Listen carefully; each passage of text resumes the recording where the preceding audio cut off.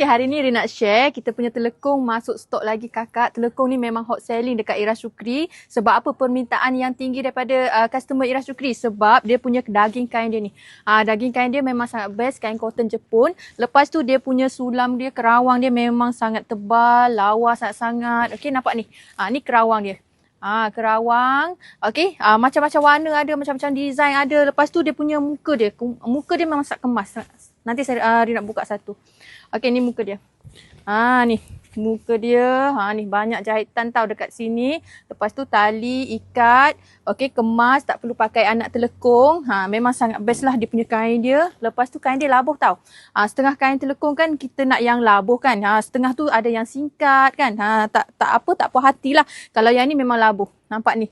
Besar, kecil boleh pakai. Nampak ni banyak warna yang ada. Ada putih, ada pink. Macam-macam warna ada.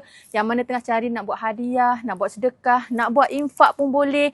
Nak buat sedekah adik-beradik, saudara mara kan. Nak bagi hadiah kawan-kawan ke, mak dekat mak ke, mak mertua ke. Memang sangat comel ni. Nak letak atas spa pun sangat-sangat cantik. Okay, yang mana berminat nak dapatkan telekung ni, boleh PM saja. Nanti kita punya team akan bantu. Okay, bye-bye.